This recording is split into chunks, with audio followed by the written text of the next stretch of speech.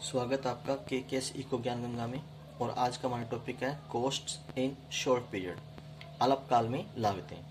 Now short period में हम लागतों को तीन कैटेगरी में डिवाइड करते हैं: टोटल कॉस्ट, एवरेज कॉस्ट और मार्जिनल कॉस्ट। कुल लागत, सीमांत लागत और औसत लागत। सबसे पहले हम बात करते हैं कुल लागत की, टोटल कॉस्ट की। टोटल कॉस्ट क्या होती है कि किसी वस्तु का एक निश्चित मात्रा में उत्पादन करने के लिए जो कुछ भी खर्च किया जाता है उसको हम टोटल कॉस्ट कहते हैं। The cost incurred to producing a fix amount of output, तो इसको हम क्या बोलेंगे? टोटल कॉस्ट बोलेंगे। टोटल कॉस्ट जो होती है वो फिक्स्ड कॉस्ट और वेरिएबल कॉस्ट का जोड़ होती है, सम टोटल होती है।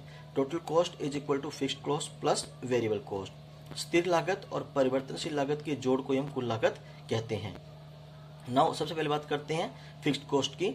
इसको हम सप्लीमेंट्री कॉस्ट, इनडायरेक्ट कॉस्ट या ओवरहेड कॉस्ट भी बोलते हैं। बंदी लागत क्या होती है, स्थिर लागत क्या होती है? स्थिर साधनों की लागत को हम स्थिर लागत कहते हैं। It is the cost of fixed factor. इसमें हम क्या क्या शामिल करते हैं? रेंट, इंटरेस्ट, इंश्योरेंस की किस्त, इनको हम शामिल करते हैं। जो स्थिर लागत होती है उसका उत्पादन से कोई संबंध नहीं होता। उत्पादन चाहे जीरो हो तो भी स्थिर लागत एक निश्चित अमाउंट में जरूर रहेगी। जैसे इस तरफ हमने आउटपुट लिया है और ये हमारी फिक्स्ड कॉस्ट है। आउटपुट जीरो है तब भी फिक्स्ड कॉस्ट 10 है। आउटपुट जैसे बढ़ता जाता है फिक्स्ड कॉस्ट क्या रहती है? स्थिर रहती है। तो ये स्थिर ही रहेगी। जो हमारा डायग्राम है वो भी ये शो कर रहा है कि आउटपुट चाहे आपको कितना मर्जी हो, कॉस्ट क्या रहेगी? स्थिर रहेगी। नाउ जो स्थिर लागत है, हमने बात की कि इसका उत्पादन से कोई रिलेशन नहीं है। उत्पादन अगर जीरो हो तो भी स्थिर लागत कुछ ना कुछ अमाउंट में जरूर आएगी।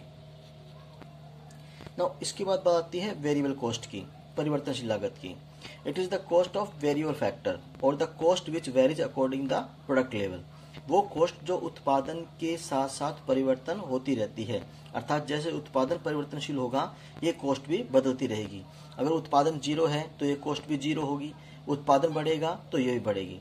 लेकिन इसमें एक खास बात ये आती है कि जैसे जैसे उत्पादन बढ़ेगा इस कॉस्ट की जो रेट है वो चेंज होती रहेगी। पहले ये कॉस्ट जो है वो घटती दर पे बढ़ती है, उसके बाद ये समान दर पर बढ़ती है और उसके बाद ये बढ़ती दर पे बढ़ती है। जैसे 0 से 10, पहले 10 इंक्रीज हुई, फिर 10 से 18 8 इंक्रीज हुई, 18 से 24 फिर 6 इंक्रीज हुई, तो दर क्या है? घटती हुई है। उसके बाद 24 से 28 4 इंक्रीज हुई, 28 से 32 फिर 4 इंक्रीज हुई, फिर 32 से 38 ये 6 इंक्रीज हुई, 38 से 46 फिर 8 इंक्रीज हुई और 46 से 62 फिर ज़्यादा इंक्रीज हुई।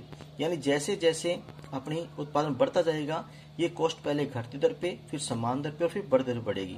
डायग्राम से भी यही क्लियर हो रहा है। जो उसकी शेप है वो ये शो करती है कि पहले घटती दर पे, फिर समान दर पे और फिर बढ़ती दर पे। तो जो वेरिएबल कॉस्ट है वो उत्पादन के साथ साथ परिवर्तनशील रहेगी। जैसे विज्ञापन लागत है, डेली वेज के मजदूर हैं, कच्चे माल का खर्च है, ये सब क्या होते हैं? परिवर्तनशील लागत होती हैं। नाउ हमने बात की कि जो टोटल कॉस्ट होती है वो इन दोनों का जोड़ होती है, fixed cost plus variable cost. तो डायग्राम में हमने यही शो किया है, ये हमारी फिक्स्ड कॉस्ट है, ये हमारी वेरिएबल कॉस्ट है और इन दोनों के जोड़ से हमने टोटल कॉस्ट को निकाला है।